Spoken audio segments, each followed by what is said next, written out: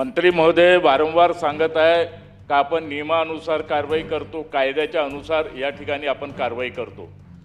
Sir, केंद्रीय दूरसंचार कायदा 2023 नियम 2023चा हा कायदा नियम 26 अंतर्गत या पूर्ण केंद्र सरकारच्या कायद्यामध्ये असं म्हटलं आहे का नियमानुसार मोबाईल टावर लावण्याची त्या ठिकाणी कारवाई व्हावी। अध्यक्ष महोदय, नागपूर शहरामध्ये झोपडपट्टीमध्ये टावर लागत आहे जे टोटली इनलिगल आहे।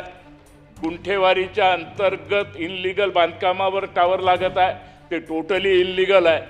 आणि नागरिक जेव्हा महानगरपालिका असे किंवा नागपूर सुधार 50 मध्ये जेव्हा तक्रार करतात त्यावेळेस सिर्फ नोटीस देऊन अधिकारी मोकळे होऊन जातात, परंतु त्याच्यावर कसल्याही प्रकारची कारवाई होत नाही। मंत्री महोदय, माझी विनंती आहे का सर्वोच्च न्यायालयाचे 2 आदेश आहे। सर्वोच्च न्यायालयाने 2 आदेश 13 नोव्हेंबर 2024चे आदेश आहे, 17 डिसेंबर 2024चे हे 2 प्रकरणामध्ये 2 आदेश आहे का अवैध बांधकामावर तत्काळ कारवाई करावी।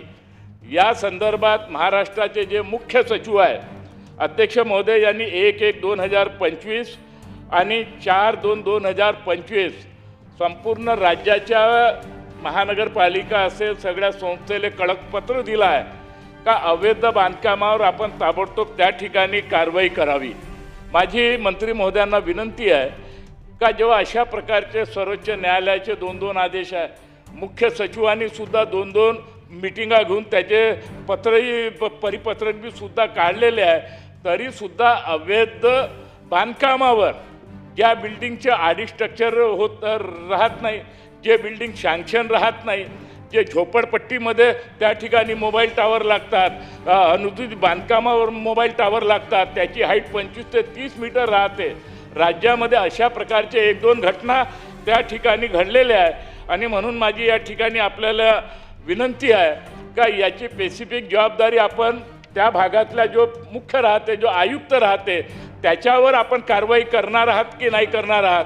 कारण अवैध मोबाईल टावर याचे जे दूषित परिणाम अध्यक्ष महोदय आहे, मेडिकल सायन्सने याच्यामध्ये म्हटलं आहे का गर्भशा महिलाला ते त्यांच्यावर बी त्याचा फरक पडते, लहान मुलावर बी फरक पडते, वरिष्ठ नागरिकाच्या शरीरावर बी त्या ठिकाणी फरक पडते। आपली महाराष्ट्राची टावर पॉलिसी त्या ठिकाणी नाही आहे आणि म्हणून टावर पॉलिसी तर आपण करा मंत्री महोदय, लेकिन अवैध बांधकामावर जे मोबाईल टावर उभे आहे, उद्या कधी एखादी घटना घडली, महाराष्ट्रामध्ये अशी 1-2 घटना घडल्या आहे, मग याले जबाबदार कोण। आणि म्हणून माझी विनंती, स्पेसिफिक प्रश्न माझा आहे का सर्वोच्च न्यायालयाने दिलेल्या आदेशाचे आपण तंतोतंत पालन करणार आहात का। माननीय मुख्य सचिव यांनी बैठका घेऊन जे परिपत्रक संबंधित विभागाला दिलं आहे त्याच्यावर आपण कारवाई करणार आहात का।